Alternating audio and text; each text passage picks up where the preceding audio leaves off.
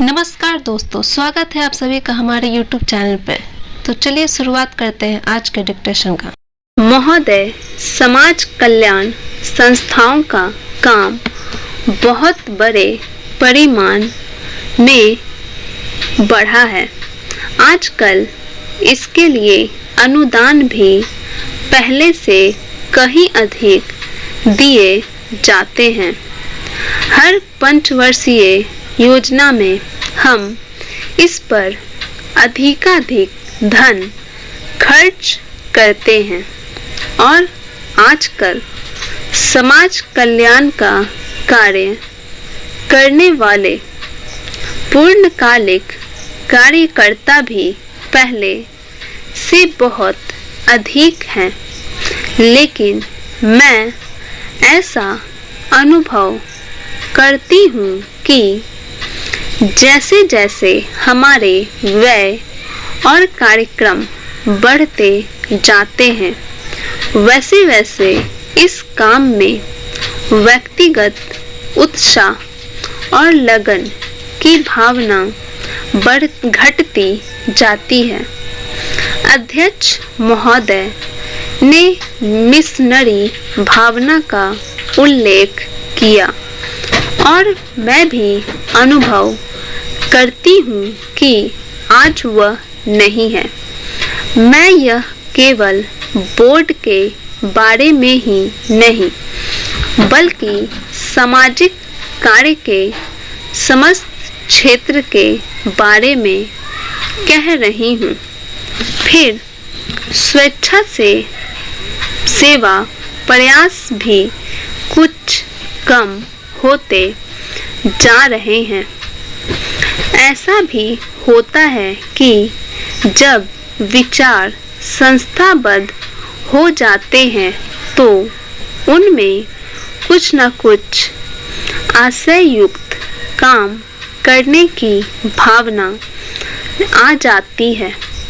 यह मनुष्य का स्वभाव है, किंतु सारे सामाजिक कार्य का लक्ष्य तो उसी संवेदन के अभाव और निस्वार्थता पर संदेह के परिणामों से लड़ना है, जिसकी प्रायः मानव स्वभाव कहकर अनदेखी कर दी जाती है। मैं जानती हूँ कि जिस मिशनरी भावना से काम शुरू किए जाते हैं, उन्हें बाद में उसी तरह बनाए रखना हमेशा संभव नहीं होता, लेकिन बेहतर संगठन खड़ा हो जाने के बाद समस्याओं के बेहतर हल निकलने चाहिए। अतः हमें केवल अनुदानों से ही संतोष नहीं कर लेना चाहिए, बल्कि यह ध्यान रखना चाहिए कि इस सामाजिक कार्य के पीछे जिससे कि सामाजिक परिवर्तन हो रहा है, उद्देश्य क्या है। बोर्ड सामाजिक रूपांतर का केवल साधन मात्र है। राजनीतिक और आर्थिक कामों में फंसे रहने के कारण हम सही दिशा में और सुउद्देश्य सामाजिक परिवर्तन की ओर काफी ध्यान नहीं दे पा रहे हैं, किंतु परिवर्तन तो हमारे अपने विकास और विश्व की घटनाओं के कारण जो हमारे जीवन और समाज पर निरंतर प्रभाव डालता है, स्वतः आ रहा है। हमारे होनहार युवक और युवतियां संसार के घटना चक्र से निरंतर प्रभावित हैं और कहीं भी कुछ होता है तो वह हमें भी अवश्य छू जाता है, लेकिन परिवर्तन का इस प्रकार केवल उपोत्पाद के रूप में या अप्रत्यक्ष रूप में आना पर्याप्त नहीं।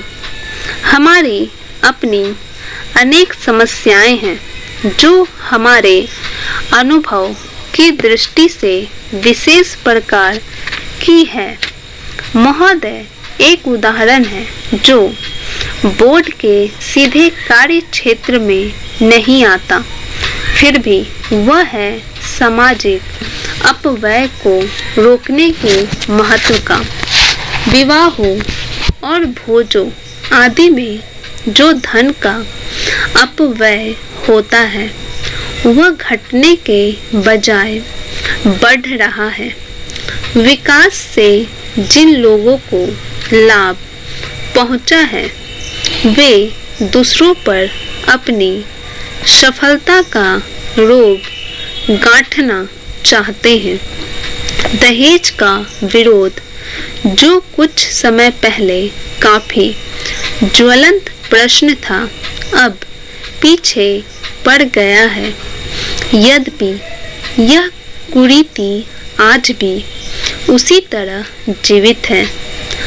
अस्पृश्यता के बारे में आज कानून मौजूद है, लेकिन आज भी बहुत से स्थानों पर यह बुराई फैली हुई है।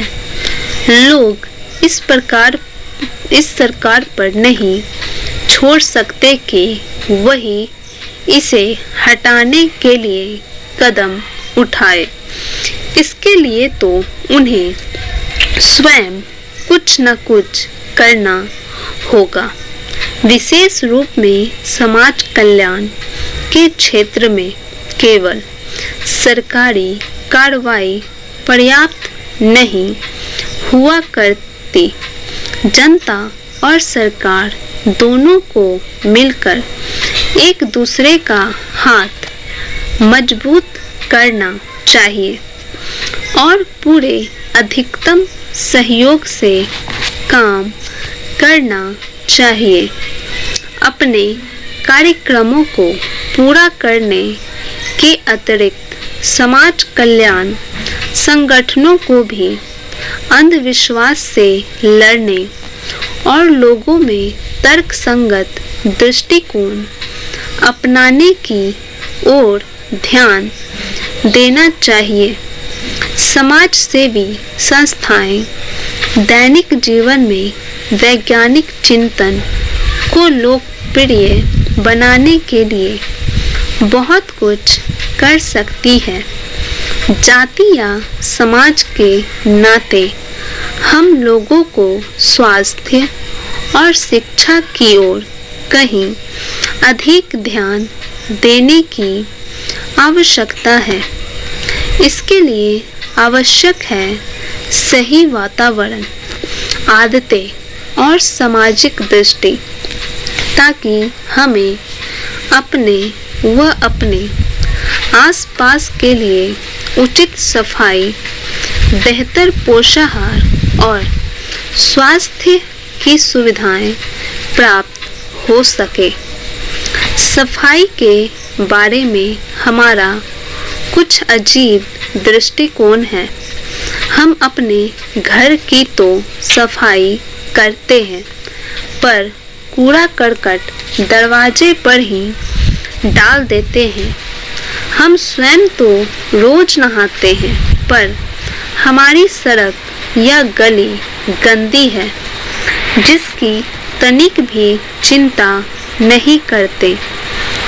बड़े शहरों में और उन इलाकों में भी जहां पढ़े लिखे और खाते पीते लोग रहते हैं, कूड़ा करकट जमा रहता है और कोई इसकी परवाह नहीं करता।